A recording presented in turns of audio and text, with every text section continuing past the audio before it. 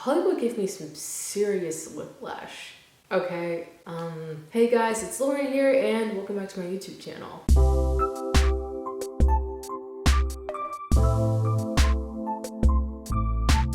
I wasn't originally planning on filming this video because I just wanted to watch it for the sake of the cast, because I love everyone in the cast. That is like a star-studded cast right there. I love every single actor and actress in it, and that's really the main reason I watched it. That, and because it was directed by Ryan Murphy, and right now I'm watching Pose, which is another amazing show by him, so I was like, okay, so I'm just gonna watch this show, see what happens, yada yada yada. I thought, why not check out Hollywood? So I decided to watch it. I just finished it, and it was not entirely what I expected it was going to be. It's not like I had that many expectations, but somehow it still fell flat. Because of that, I kind of just wanted to make a video about it. So, Hollywood.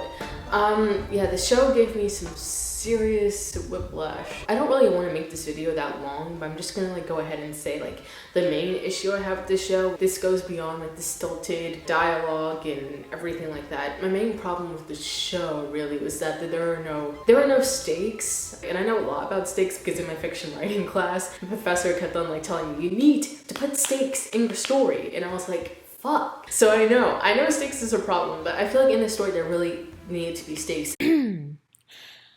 Just so we're aware, when I meant stakes, I meant like long-term stakes, not just like peripheral stakes, you know, like something you can actually see in your face that's really following each of the characters throughout the entire story, and not just something that might pop up like briefly in an episode and then is solved by the next episode. That's just to clarify, I meant like long-term stakes, not like peripheral stakes, you know, like in your face stakes.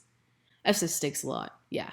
Back to the video. I'm aware that the show is supposed to be wish fulfillment for the golden age of Hollywood. If like Hollywood in the beginning was more inclusive, where would we be now, and like basically like what Hollywood should even be now. That's what this whole show is about, and I get that that's like the main purpose of the show, but nevertheless I had some serious whiplash from it all. In the beginning, I felt like there were stakes, you know, like it was all these actors and this director and then this writer, all these people from like multiple backgrounds that are trying to make it in a white, very exclusive Hollywood. And literally we see like the main character, who is a white male himself and who I adore, by the way, because he is hot as fuck. He was sitting there waiting outside the gate, and he like repeatedly was not called on to go through that gate. So we could already see it was hard for him to get in, and it was definitely way harder for everyone else in the cast. It was also hard for them to get in there as well. Definitely way harder than it would have been for like the main character we're introduced to in the beginning. So we see Jack basically work at this gas station that's basically a main hotspot for prostitution and pimping out people, and he works there in order to make money in order to support his wife and his twins, the twins that are on the way, be able to sustain them while he's trying to like seek out this dream that does not guarantee financial gain. So those are basically the stakes for Jack, and then we see stakes for every other character just trying to make it in Hollywood, you know, because of their certain backgrounds and everything like that. In the middle of the season, Jack quits the gas station,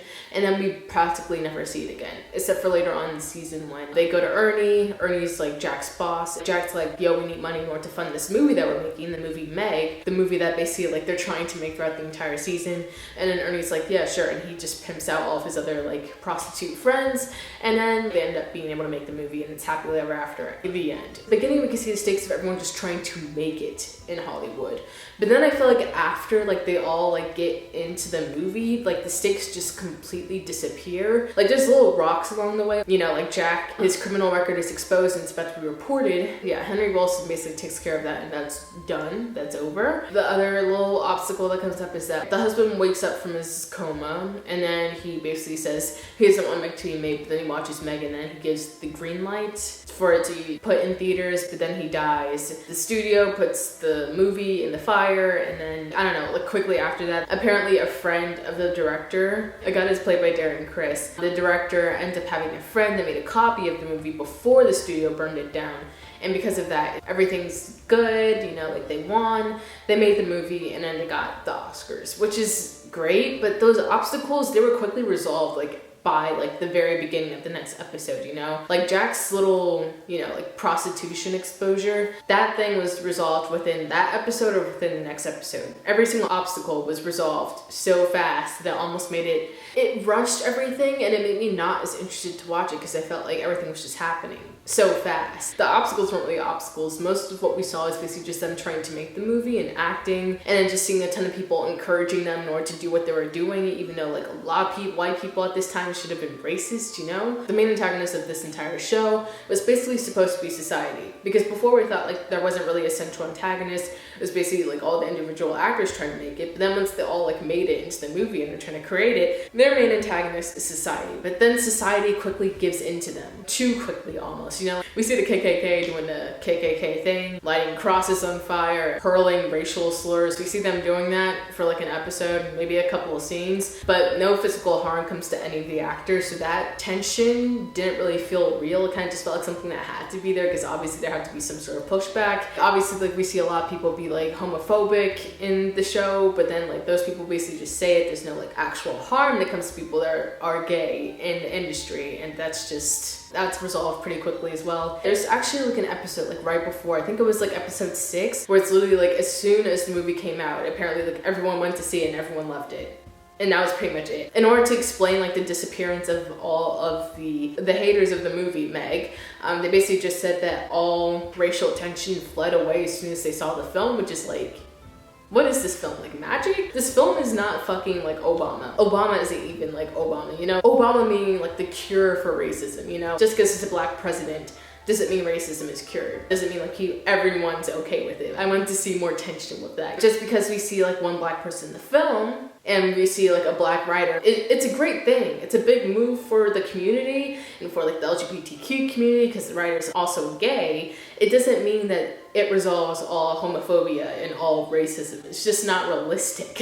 And I know a show doesn't have to be realistic. You know, it's fiction. This entire show is wish fulfillment, but it just didn't make sense for the entire show to not have an actual antagonist, you know, not to have actual pushback, because every little obstacle they quickly overcame. I remember like reading this in a few articles. It's basically just a ton of dialogue about like motivational speeches and talking about like, you know, our struggle as black people and as like marginalized groups in society. Because there wasn't really an antagonist in this show, it was kind of hard to root for anyone, because they already seemed to be getting what they wanted without much pushback anyway, so we're kind of just like watching it happen. You know, like nothing actually happened. We kind of just watched them make a movie. I can count the amount of scenes that actually had racial tension in this show on like my hand.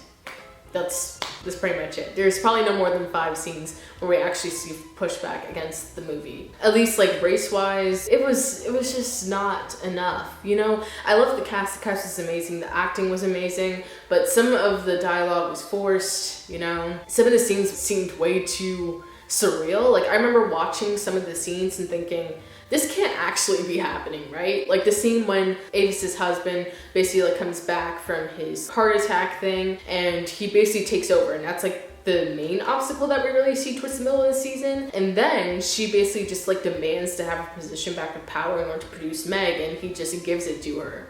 Because all of a sudden, because he had a heart attack, he had to change of heart about what legacy he wants to leave.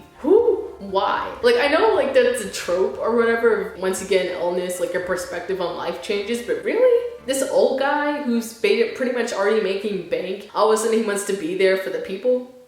That didn't make any sense to me. I'm sorry. That was kind of a stretch. I really thought it was a dream. There were too many moments like that where I was like, okay, but this doesn't seem like it actually happened. I was waiting for like the aha moment, like, gotcha. That's not actually what happened. It's all a dream. That's what I was expecting even to the very end of the show, because basically the last episode was all of the main characters giving speeches about like having representation and like wanting it for like the people and yada yada yada. I literally skipped past all the speeches because I thought it was so tiresome. Literally like 3 of the main characters like won Oscars and they gave speeches, and there were literally like 3 whole ass or like 4 whole ass speeches in the last episode, and I skipped all of them. Yeah, there were just way too many surreal moments. There was even a moment when Avis was talking to her husband's mistress, and even though Avis has been cheating on her husband as well, she gave a job to her husband's mistress, like literally like a lead role that would basically restore her career or whatever. And I was like, who does that though? Like, I like the fact that there isn't like female and female hate in this show really, because I get tired of that trope. I was also thinking, you know, I wouldn't be that friendly towards the woman that's been sleeping with my husband. I don't care how much I hate my husband. I'm possessive as fuck, so I just don't think that that's like a likelihood thing to happen. Especially like, I don't even know, like she said she was already gonna leave and then like she just insists on offering her a job.